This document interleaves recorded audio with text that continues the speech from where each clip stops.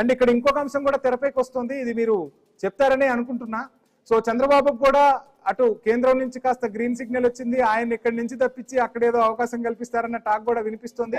ఇది ఊహాగానమేనా లేదంటే మోడీ అమిత్ షా ద్వయం పక్కాగా ఒక వ్యూహం రచించిందన్న టాక్ కూడా వినిపిస్తుంది, మరి అది ఎంతవరకు కరెక్ట్?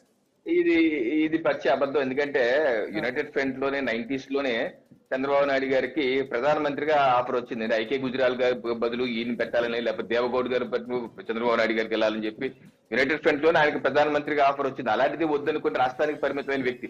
ఈ రోజు మా ఆంధ్రప్రదేశ్ రాష్ట్రానికి చంద్రబాబు నాయుడు గారి సేవలు చాలా అవసరం. ఈ రోజు రాష్ట్రం పునర్నిర్మాణ దశలో ఉంది. అద్భుతంగా 2 ఏళ్లుగా అద్భుతంగా పనిచేస్తున్నాం. ఇంకో 3 ఏళ్లు ఇంకా అద్భుతంగా పనిచేయాలి. రాష్ట్రాన్ని పునర్నిర్మించాలి. ఎందుకంటే అధోగతిలో ఉన్న రాష్ట్రాన్ని ఒక స్థాయికి తీసుకోవాల్సిన బాధ్యత చంద్రబాబు నాయుడు గారి మీద ఉంది. రాష్ట్ర పిల్లలు ఆయన మీద ఆశ పెట్టుకున్నారు. ఈ తరుణంలో ఆయన కేంద్రానికి వెళ్తానంటే రాష్ట్ర ప్రజలు ఒప్పుకోరు, ఎవరు ఒప్పుకోరు. అయితే మన తెలుగు రాష్ట్రాల నుంచి చంద్రబాబు కంటే పవన్ కళ్యాణ్ భారతీయ జనతా పార్టీకి నమ్మదగ్గ వ్యక్తి కాబట్టి ఇక్కడ పవన్ కళ్యాణ్ కు బాధ్యతలు అప్పగించి కేంద్రానికి చంద్రబాబును తీసుకెళ్లటమే కాస్త బెటర్ అన్న ఆలోచన భారతీయ జనతా పార్టీ అధిష్టానం చేస్తుందన్న టాక్ అయితే గట్టిగా వినిపిస్తోంది. మరి అది ఎంతవరకు వాస్తవం అనేది మీరే చెప్పాలి. ఇది మా గిట్టన వాళ్ళు చేసే అబద్ధపు అసత్య ప్రచారాలండి. మాకు నమ్మదగ్గ వ్యక్తులు, మాకు ఆప్తులు చంద్రబాబు నాయుడు గారు, పవన్ కళ్యాణ్ ఇద్దరు ఆప్తులే ఎన్డీఏ కూటమిలో ఉన్నారు.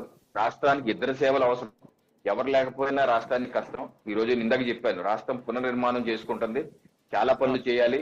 పంచాయతీరాజ్ మంత్రిగా పవన్ కళ్యాణ్ గారు అద్భుతమైన కార్యక్రమం చేస్తున్నారు. రాష్ట్రంలో అనేకమైన కార్యక్రమాలు ముందుకు తీసుకెళ్తున్నారు. ఒక జోడీ తయారైంది ఇక్కడ. లోకేష్ గారు, పవన్ కళ్యాణ్ గారు, చంద్రబాబు నాయుడు గారు, పైన మోడీ గారు.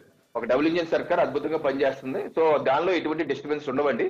అయితే నేను అనుకుంటాం ఆంధ్రప్రదేశ్ నుంచి భారతీయ జనతా పార్టీ నుంచి లేడీస్ పురంధేశ్వరి గారికి ఒక అవకాశం వచ్చే, ఎందుకంటే గతంలో వారు కేంద్ర మంత్రిగా చేస్తున్నారు కాంగ్రెస్ లో, కాబట్టి అవకాశం వచ్చే సూచనలు అయితే కనపడుతున్నాయి.